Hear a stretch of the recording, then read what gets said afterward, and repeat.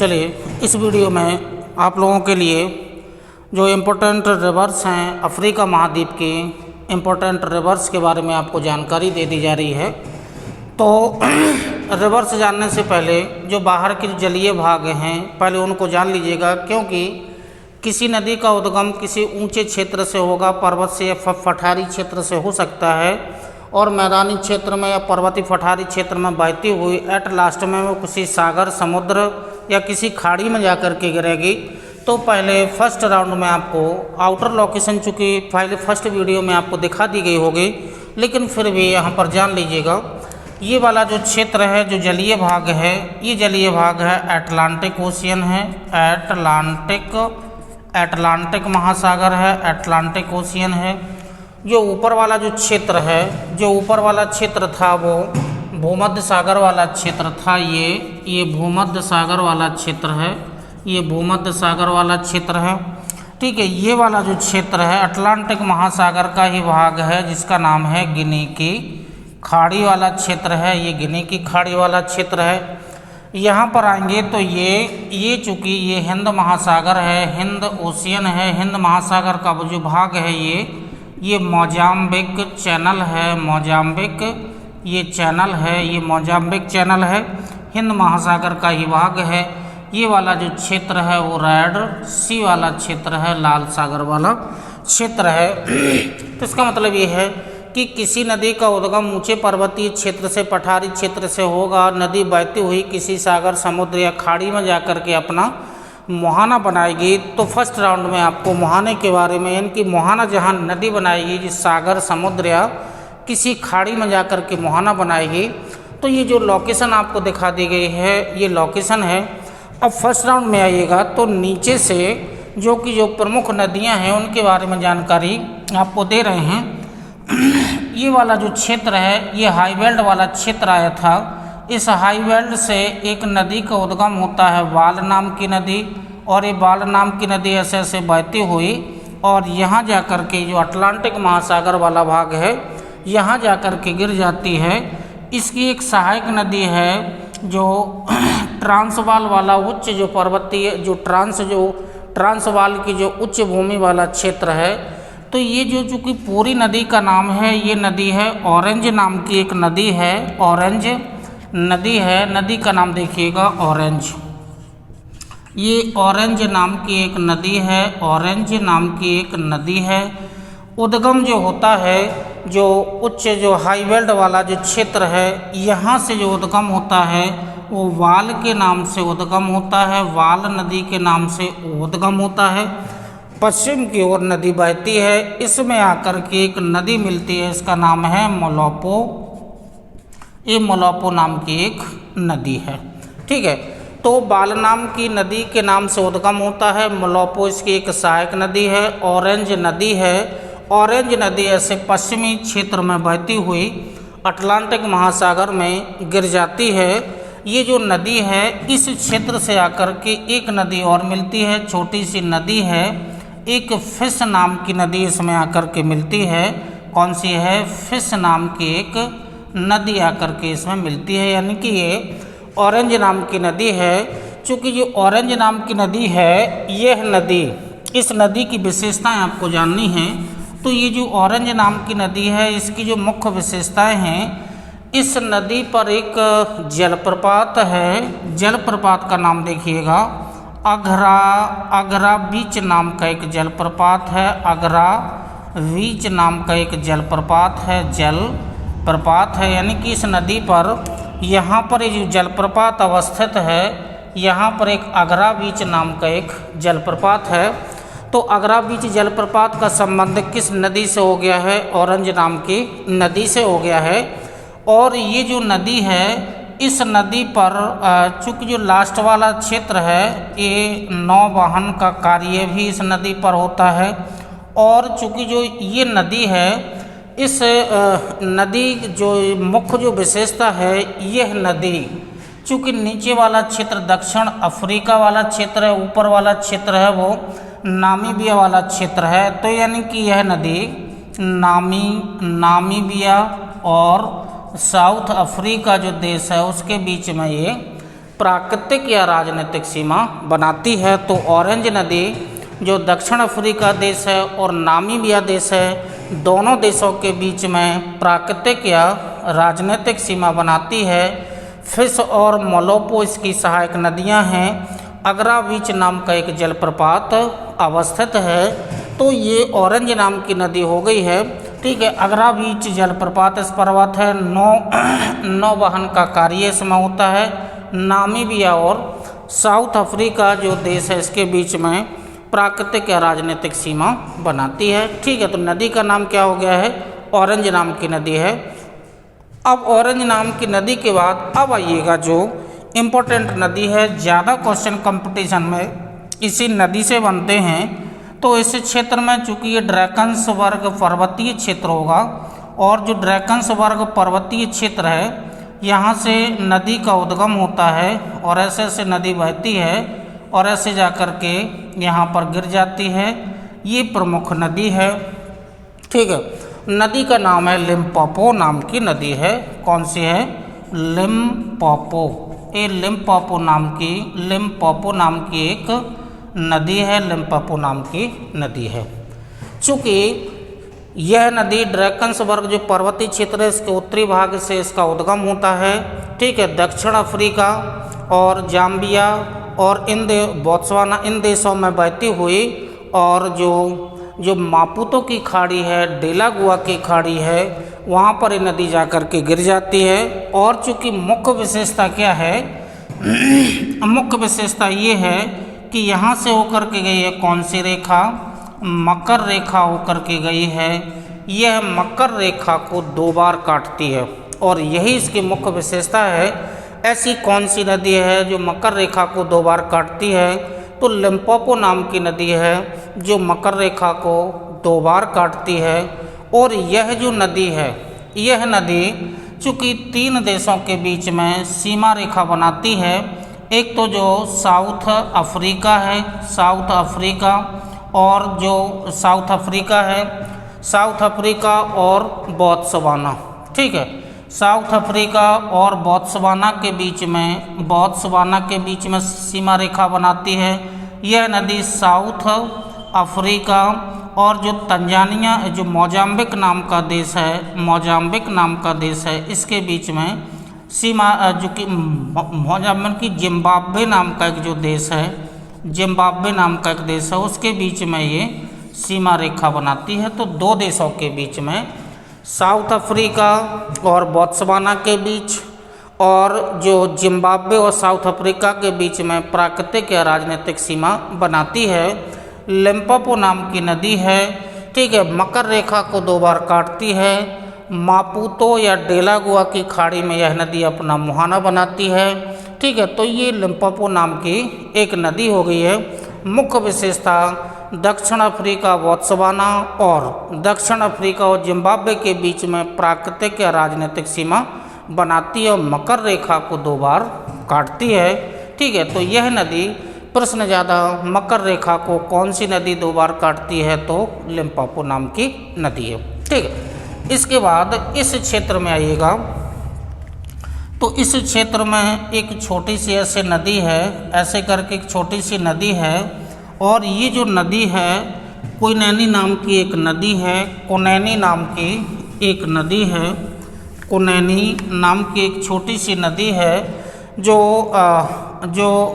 होयला नाम का एक पठार आया था, वहाँ से इसका उद्गम होता है। होयला नाम के पठारी क्षेत्र से इसका उद्गम होता है और पश्चिम की ओर बहती हुई ये अटलांटिक महासागर है। यहाँ पर जाकर के नदी गिर जाती है। विशेषता इसकी इम्पोर्टेंट ये है कि यह जो नदी है जो कोनैनी नाम की नदी है, ठीक है, कोनैनी नाम की एक नदी है। इसकी जो प्रमुख विशेषता ये है कि यह नदी होयला नाम के पठार से तो इसका उद्गम होता ही है। होयला नाम के पठारी क्षेत्र से इसका उद्गम होता है। होयला पठार से इसका उद्गम होता है और इम्पोर्टेंट विशेषता ये है कि यह नदी जो अंगोला और नामीबिया, कौन सा देश है? एक देश का नाम है अंगोला और दूसरा देश है नामीबिया। इनके बीच में क्या बनाती है? दोनों देशों के बीच में सीमा रेखा का निर्धारण करने वाली नदी है कोयनेनी नाम की नदी है। ठीक है, इसके थोड़े और उत्तर में जाएंगे तो ये कोयनेनी नाम की नदी है, होयला के पठारी क्षेत्र से उद्गम होता है, उसी पठारी क्षेत्र में बहती हुई पश्चिम की ओर और अटलांटिक दक्षिणी अटलांटिक महासागर में गिर जाती है। इम्पोर्टेंट विशेषता क्या है? यह नदी नामीबिया और अंगोला के बीच में प्राकृतिक या राजनीतिक सीमा बनाती है। इसके थोड़े से उत्तर में जाएंगे तो इस क्षेत्र में एक छोटी सी नदी ऐसे करके बहती है। ये वाली जो नदी है, ठीक है, इस क्षेत्र में छोटी सी एक नदी बहती है, उसका नाम है क्वांजा। क्वांजा नाम की एक नदी है, क्वांजा नाम की नदी है। इस नदी की विशेषता, जो इम्पोर्टेंट विशेषता है, ठीक है, जो अंगोला की राजधानी है, इसके मुहाने पर जो अंगोला की राजधानी है लुआंडा, अंगोला की राजधानी लुआंडा है, इस नदी के तट पर अवस्थित राजधानी शहर है। इम्पोर्टेंट विशेषता इसकी यही है, यानी कि जो अंगोला की राजधानी लुआंडा है वो किस नदी के मुहाने पर है? तो क्वांजा नदी के मुहाने पर अवस्थित है।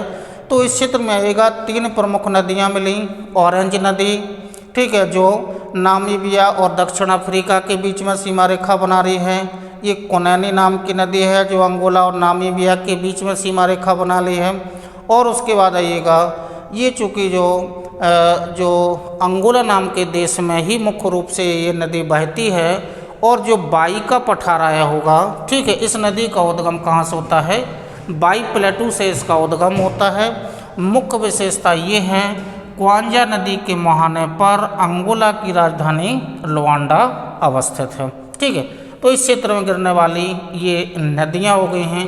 अब आइएगा मुख्य रूप से इस क्षेत्र में, तो इस क्षेत्र में आएंगे तो यहाँ पर एक कटंगा नाम का एक पठारी क्षेत्र आया होगा, कटंगा नाम का एक पठारी क्षेत्र आया होगा।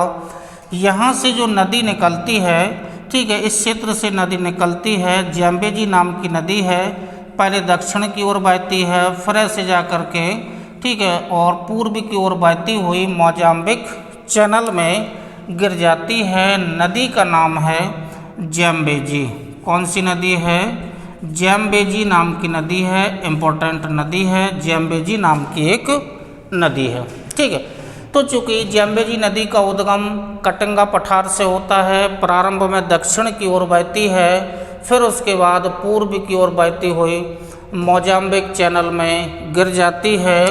और इसकी जो चूँकि प्रमुख सहायक नदियाँ हैं इस क्षेत्र में, इसी क्षेत्र से यहाँ का जो बाई का जो पठार आया था वहाँ से एक नदी निकलती है, इसमें जाकर के मिल जाती है। ठीक है, ये इसकी सहायक नदी हो गई। इस नदी का नाम है क्वेटो, ठीक है, क्वाटो नाम की एक नदी है। एक नदी और इसमें आकर के ऐसे आगे मिल जाती है, नदी का नाम है क्वांगी नाम की एक नदी है। और इस क्षेत्र से आकर के छोटी नदी मिलती है, काफू नाम की एक नदी है। तो ये जो मुख्य नदी है, ये जिसका कटंगा के पठारी क्षेत्र से उद्गम होता है, जैम्बेजी नाम की नदी है। इसकी 3 प्रमुख सहायक नदी हैं। क्वांटो नाम की एक नदी हो गई है, क्वांगी नाम की एक नदी है और काफू नाम की एक नदी है। 3 प्रमुख सहायक नदियाँ किसकी हैं? जैम्बेजी की हैं। ठीक है, तो जो जैम्बेजी नाम की जो नदी है, इसकी विशेषताएं थोड़ी सी जान लीजिएगा। जो जैम्बेजी नाम की नदी है, जो जैम्बेजी नाम की नदी है, इसकी थोड़ी सी विशेषता जान लीजिएगा, चूँकि प्रमुख नदी है अफ्रीका महाद्वीप की। तो जो जैम्बेजी नदी है, ठीक है, जैम्बेजी नदी के बारे में आपको थोड़ी सी जानकारी दे रहे हैं। जैम्बेजी नाम की एक नदी है, ठीक है, इसकी विशेषता देखिएगा। चूँकि इस नदी पर अफ्रीका महाद्वीप का जो सबसे बड़ा जो जलप्रपात है, जिसका नाम है विक्टोरिया फॉल है, विक्टोरिया फॉल। तो विक्टोरिया जलप्रपात जो पूरे अफ्रीका महाद्वीप का सबसे ऊंचा जलप्रपात है, विक्टोरिया जलप्रपात किस नदी पर अवस्थित है? जैम्बेजी नदी पर अवस्थित है। और जैम्बेजी नदी चूँकि जो जिम्बाब्वे नाम का देश है, जिम्बाब्वे देश है, और जो जाम्बिया नाम का जो देश है, जाम्बिया नाम का देश है, इनके बीच में किसका निर्धारण करती है? सीमा रेखा का निर्धारण करने वाली नदी है जैम्बेजी नदी है। चूँकि इस झील पर एक बांध बनाया गया है, करीबा नाम का एक बांध है, ठीक है, करीबा बांध इस पर बनाया गया है। करीबा बांध का जो जलाशय है उसी को करीबा झील के नाम से नाम पहले कभी झीलों में दिया गया होगा, तो करीबा बांध बना इस नदी पर बनाया गया है, ठीक है। और ये जो करीबा बांध है, करीबा बांध के जलाशय को ही करीबा झील के नाम से जाना जाता है।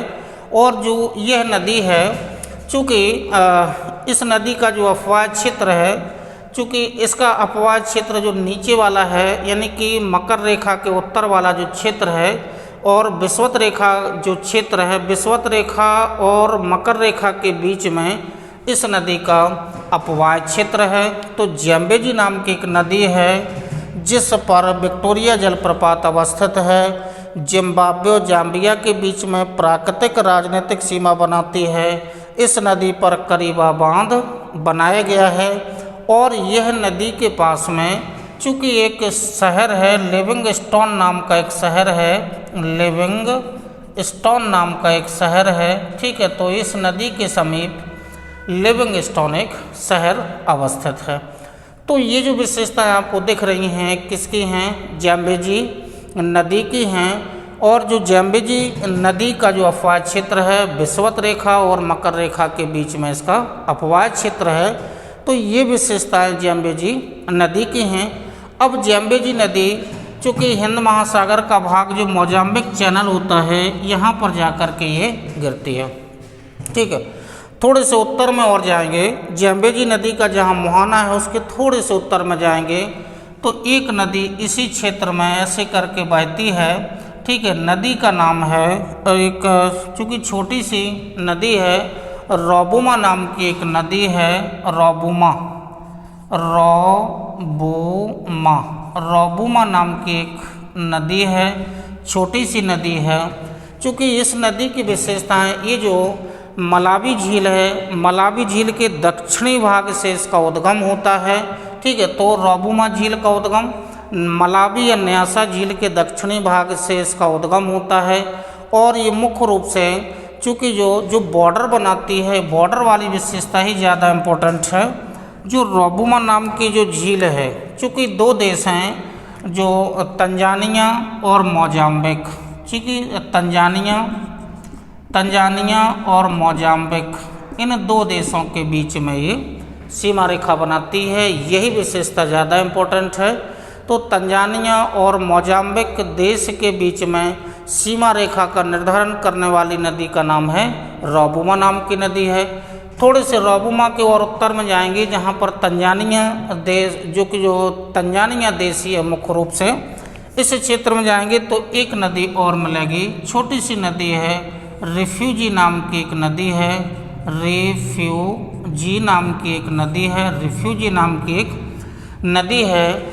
तो यह नदी मुख्य रूप से तंजानिया देश की ही है। जो तंजानिया देश की जो पुरानी राजधानी थी दार ए सलाम, उसी के समीप एक छोटा सा द्वीप आया होगा, कभी माफिया नाम का एक द्वीप आया होगा, माफिया द्वीप के पास जाकर के यह नदी गिर जाती है। और जो दार ए सलाम चूँकि मुख्य भूमि पर है, तट पर है, और माफिया नाम का जो द्वीप है वो भी तट से संलग्न है, यहीं पर जाकर के नदी जो हिंद महासागर वाला क्षेत्र है यहाँ पर जाकर के गिर जाती है, ठीक है। अब इसके आगे आइएगा तो चूँकि जो ये इथोपियन उच्च भूमि वाला क्षेत्र है, इस क्षेत्र से एक नदी ऐसे ऐसे करके बहती है और ऐसे जाकर के यहाँ गिर जाती है।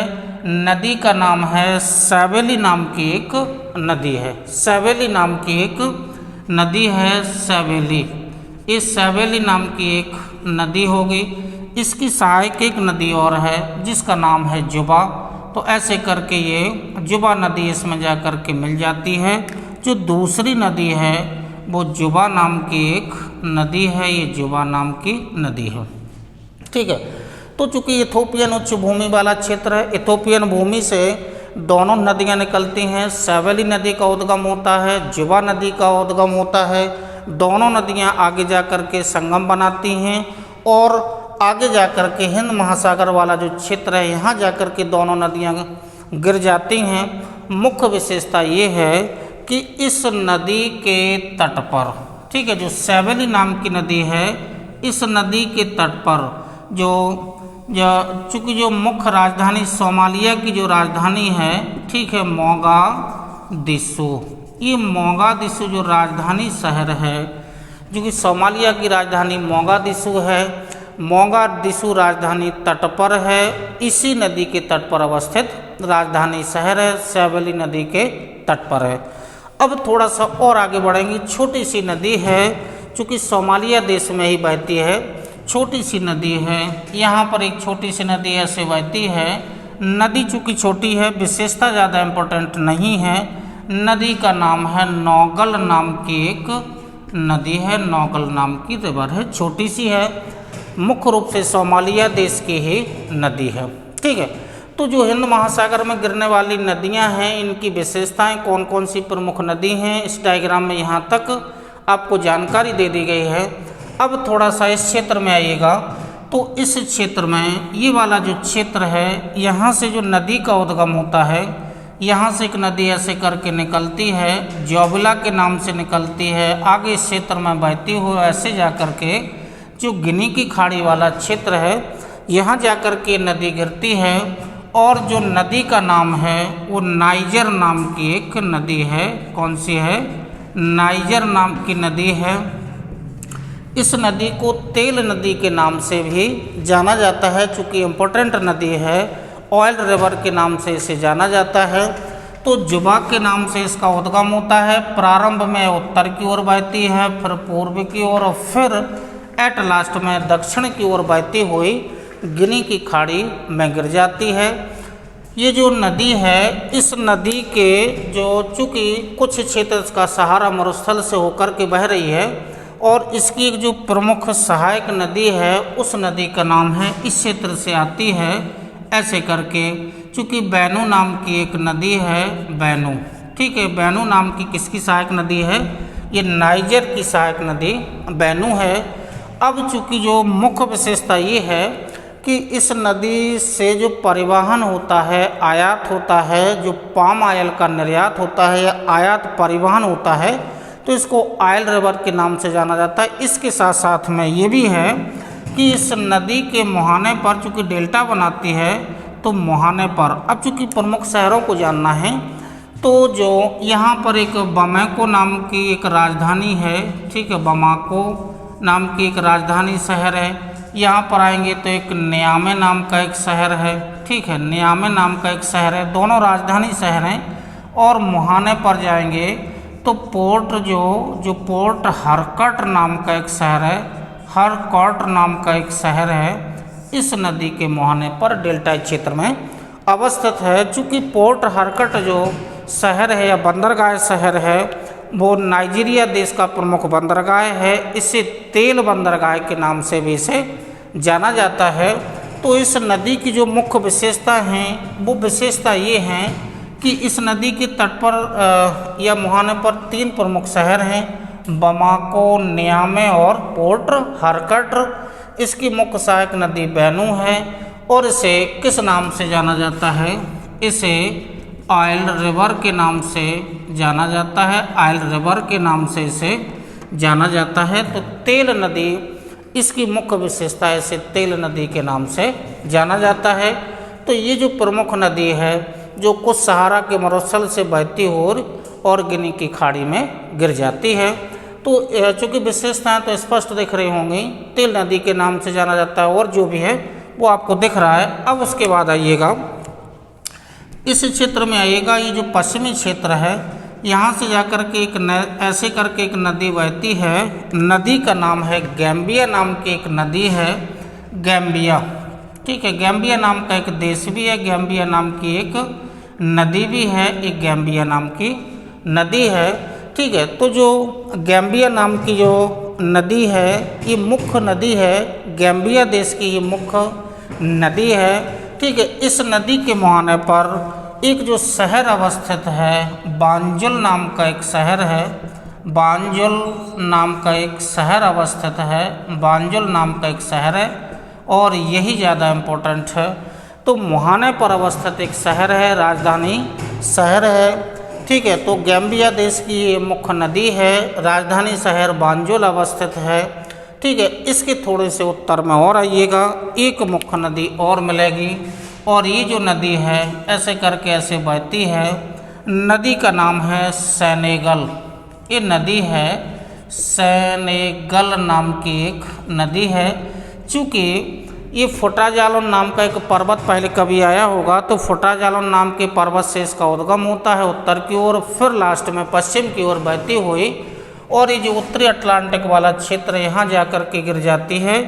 इस नदी की वैसे ज़्यादा विशेषता नहीं है, लेकिन इम्पोर्टेंट ये है कि यह जो नदी है, चूँकि एक जो देश है सेनेगल नाम की नदी, सेनेगल नाम का देश, तो सेनेगल, चूँकि सेनेगल नाम की नदी है तो दो देशों के बीच में सीमा बनाती है, सेनेगल और जो मॉरिटानिया। चूँकि नीचे वाला क्षेत्र सेनेगल देश है और जो ऊपर वाला क्षेत्र है वो मॉरिटानिया क्षेत्र है, यानी कि मॉरिटानिया नाम का देश है। ठीक है, तो मॉरिटानिया इन दो देशों के बीच में ये क्या बनाती है, ये सीमा रेखा का निर्धारण करने वाली नदी है। नदी का नाम क्या है, सेनेगल। सेनेगल दो देशों के बीच में सीमा बनाती है, सेनेगल और मॉरिटानिया दो देशों के बीच में ये सीमा रेखा बनाती है। तो जो अफ्रीका महाद्वीप में ये जो छोटी या बड़ी जो भी नदियाँ आई हैं उनके बारे में ये डायग्राम दिखाया जा रहा है। दो नदियाँ अभी हम छोड़ रहे हैं, उन दो नदियों का विशेष आपको डायग्राम दिया जाएगा। और जो एक नदी है वो यहाँ से निकलती है। ठीक है, चूँकि जो डायग्राम में आपको दिखा रहे हैं, जो दो नदियाँ छोड़ रहे हैं वो आपको रेड कलर से दिखाई दे रहे हैं। यहाँ से होकर के चूँकि दो नदियाँ हैं ऐसे ऐसे बहती है, और नदी का नाम है कांगो या जायरे नाम की नदी है। कांगो या जायरे नाम की नदी है। ठीक है, तो एक कांगो या जायरे नाम की नदी, विशेष डायग्राम आपको दिया जाएगा। मुख्य नदी है, अफ्रीका महाद्वीप की दूसरी सबसे लंबी नदी है, और जो दूसरी नदी आपको अभी इस डायग्राम में नहीं दे रहे हैं, एक नदी चूँकि ऐसे करके इस क्षेत्र से ऐसे ऐसे बहती है। ठीक है, ऐसे करके बहती हुई और यहाँ जा कर के गिर जाती है। नदी का नाम है नील नदी। तो इसका भी हम डायग्राम अभी छोड़ रहे हैं। दोनों नदियों के डायग्राम आपको नेक्स्ट वीडियो में स्पष्ट रूप से दिए जाएंगे। चूँकि मुख्य प्रश्न जो बनते हैं कांगो या जायरे नदी से बनते हैं, और जो विश्व की सबसे लंबी नदी है नील नदी है, इस नदी से ज़्यादा प्रश्न बनते हैं। तो दो नदियों के डायग्राम आपको विशेष रूप से दिए जाएंगे, लेकिन डायग्राम में हमने आपको दिखा दिया है कि ये कांगो नाम की नदी है और वो नील नाम की नदी है। दोनों के आपको विशेष डायग्राम अलग से दिए जाएंगे। चूँकि इनके फीचर्स जो हैं वो ज़्यादा हैं, तो इनके डायग्राम अलग से आपको दे दिए जाएगा। तो दो नदियों के डायग्राम आपको अलग से दिए जाएंगे। बाकी की जो नदियां हैं, ठीक है, इनका स्क्रीनशॉट लेना हो तो आप स्क्रीनशॉट ले लीजिएगा। तो नेक्स्ट वीडियो में आपको कांगो, जायरे और नील नदी के बारे में आपको जानकारी दे दी जाएगी। तो स्क्रीनशॉट आप इसका ले लीजिएगा। चलिए, ले लिया होगा। तो नेक्स्ट वीडियो में आपको कांगो या उसी का दूसरा नाम है जायरे नदी, और जो दूसरी मुख्य नदी है नील नदी के बारे में आपको विशेष आपको डायग्राम दे दिया जाएगा। तब तक वीडियो का इंतज़ार। ठीक, धन्यवाद।